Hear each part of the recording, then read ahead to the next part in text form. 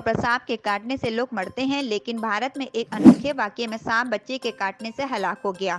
Reports के मुताबिक रियासत छत्तीसगढ़ में एक 8 साल का बच्चा दीपक अपने घर की पिछली तरफ बने अहताते में खेल रहा था। अचानक कोबरा सांप ने हमला कर दिया और बच्चे के बाजू से लिपट गया।